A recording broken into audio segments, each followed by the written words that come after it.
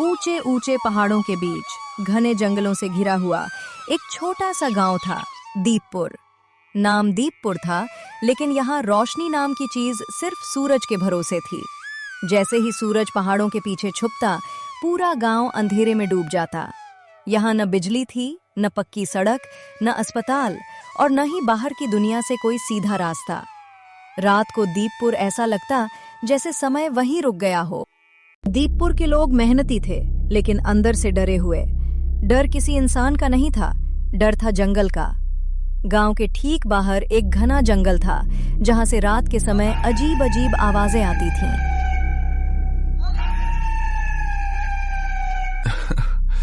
बेटा, ये जंगल साधारण नहीं है। हमारे बाप दादा कहते आए हैं कि रात के बाद इस जंगल में कुछ जाग जाता है। किसी ने साफ देखा नहीं, लेकिन जिसने आवाज सुनी है, उसकी रातों की नींद हमेशा के लिए चली गई है। इसीलिए हम सबने तय कर लिया है कि सूरज ढलते ही इस जंगल का नाम भी नहीं लेना चाहिए। डर धीरे धीरे कहानी बन गया, कहानी आदत बन गई और आदत ने पूरे गांव को जकड़ लिया। इसी गांव के आखिरी सिरे पर एक कच्चा घर था। मिट्टी की दीवारें, फूस की छत और अंदर सादगी से भरा जीवन। ये घर था अर्जुन का। अर्जुन सिर्फ 12 साल का था, लेकिन उसकी आंखों में उम्र से कहीं ज्यादा समझ थी। उसकी माँ अक्सर बीमार रहती थी। पिता कई साल पहले जंगल में लकड़ी काटते समय एक हादसे में चल बसे थे। शाम ढल चुकी थी। अर्जुन ने घर के कोने में रखी पुरानी लालटेन जलाई। पीली रोशनी में माँ लेटी हुई थी। अर्जुन, मैं जानती हूँ तू बहुत छोटा है, लेकिन हालात ने तुझे उम्र से पहले बड़ा बना दिया है। कभी कभी मुझे डर लगता है कि कहीं मेरी बीमारी तेरे सपनों पर बोझ ना बन जाए। मैं नहीं चाहती कि तू पूरी जिंदगी इसी गांव और इसी अंधेरे में फंसा रहे। अम्मा, आप ऐसा मत सोचो। आपकी बीमारी मेरी कमजोरी नहीं, मेरी ताकत है। जब मैं पढ़ता हूँ ना, तो मुझे लगता है कि हर शब्द मुझे इस अंधेरे से बाहर निकाल रहा है। एक दिन ऐसा आएगा जब इस घर में अंधेरा नहीं रहेगा और आप किसी डर के बिना चैन से सो पाओगी। माँ की आंखों में आंसू थे, लेकिन होठों पर मुस्कान। अर्जुन रोज रात को लालटेन के नीचे बैठकर पढ़ता। वो जानता था कि उसके पास किताबों के अलावा कुछ भी नहीं है। अगर मुझे डर ने जीत लिया, तो मेरी पढ़ाई, मेरे सपने सब यही खत्म हो जाएंगे। मैं नहीं चाहता कि मेरी जिंदगी भी डर की कहानी बन जाए, जैसे इस गांव की बन गई है। एक दिन गांव की चौपाल पर जंगल की बात फिर छिड़ गई। कल रात फिर आवाजें आई थीं। ऐसी आवाजें जैसे कोई जानबूझकर हमें डराना चाहता हो। मैं कहता हूँ, इस जंगल से जितना दूर रहें उतना अच्छा है। सब सिर हिलाने लगे। अगर सच में जंगल में कुछ गलत है, तो हम सिर्फ डर कर बैठे क्यों हैं? क्या कभी किसी ने दिन की उजाले में जाकर देखा है कि ये आवाजें आती कहाँ से हैं? हो सकता है हम जिस डर को भूत समझ रहे हैं, वह इंसानों की चाल हो।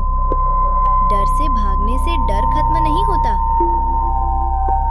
चौपाल पर सन्नाटा छा गया और एक बुजुर्ग ने कहा, बच्चा है, समय के साथ समझ जाएगा। कुछ दिन बाद एक रात अचानक तेज आंधी आई। हवा ऐसी चली कि दरवाजे कांपने लगे। अर्जुन पढ़ रहा था। बेटा, लालटेन बुझा दे।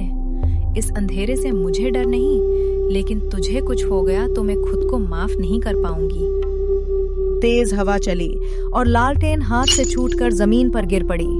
कांच टूट गया। पूरा घर अंधेरे में डूब गया। उसी पल जंगल से वही डरावनी आवाज आई।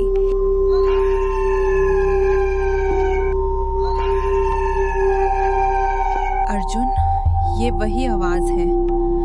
मैं तुझे रोकती रही, लेकिन शायद तेरा रास्ता इसी डर से होकर जाता है। बस एक बात याद रखना, अगर जाना पड़े तो सच जानने के लिए जाना, दिखावे की बहादुरी के लिए नहीं। अर्जुन चुपचाप खड़ा रहा। उसके अंदर कुछ टूट भी रहा था और कुछ बन भी रहा था। अम्मा, अगर मैं आज नहीं गया, तो ये डर हमें पूरी जिंदगी घर के अंदर कैद रखेगा। मैं वादा करता हूँ कि बिना सच्चाई जाने एक कदम भी आगे नहीं बढ़ाऊंगा, लेकिन आज मुझे जाना ही होगा।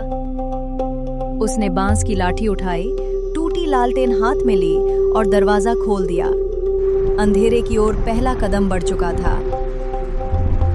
अर्जुन का पहला कदम जैसे ही जंगल की जमीन पर पड़ा, उसके कानों में सिर्फ आवाजें नहीं, पुराने डर की कहानियां भी गूंजने लगीं।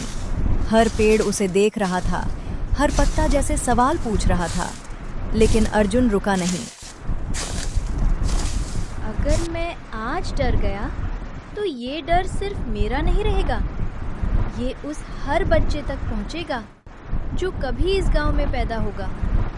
मैं नहीं चाहता कि कोई और अंधेरे को ही अपनी किस्मत समझ ले।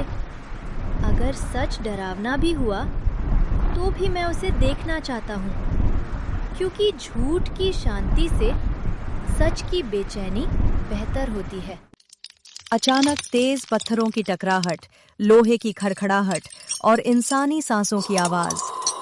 ये कोई आत्मा नहीं थी, ये कोई भूत नहीं था, ये मेहनत से थका एक इंसान था। अगर आप इंसान हैं तो डराने की जरूरत नहीं है। मैं भागने नहीं आया हूँ। मैं बस ये जानना चाहता हूँ कि इस जंगल को कब्रिस्तान क्यों बना दिया गया है, जहाँ सच्चाई जिंदा होते हुए भी दफन कर दी गई। धीरे धीरे एक दुबला पतला आदमी अंधेरे से बाहर आया। उसकी आंखों में पागलपन नहीं था तो बस लंबा इंतजार।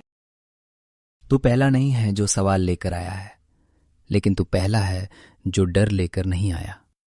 इस जंगल ने मुझे छुपाया नहीं, इसने मुझे बचाया है।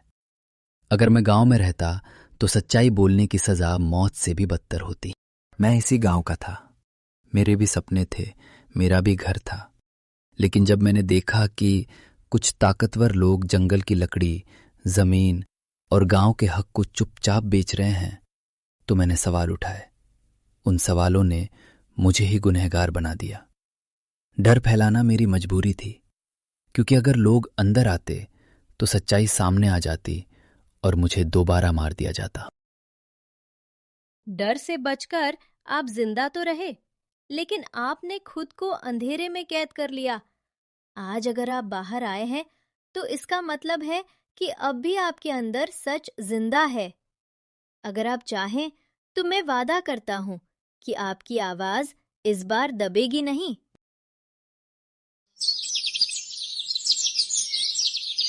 सुबह होते ही अर्जुन अजनबी को लेकर गांव की चौपाल पर पहुंचा। भीड़ जमा हो गई। यही है वो डर, इसी ने हमें बरसों तक जंगल से दूर रखा। नहीं, ये डर नहीं है, ये हमारी चुप्पी का आईना है। हमने सवाल करना छोड़ दिया, इसलिए झूठ ताकतवर बन गया। आज अगर हम फिर से आंखें बंद करेंगे तो अगली पीढ़ी हमसे भी ज्यादा अंधेरे में जिएगी। अजनबी ने नाम लिए। गांव सन्न रह गया।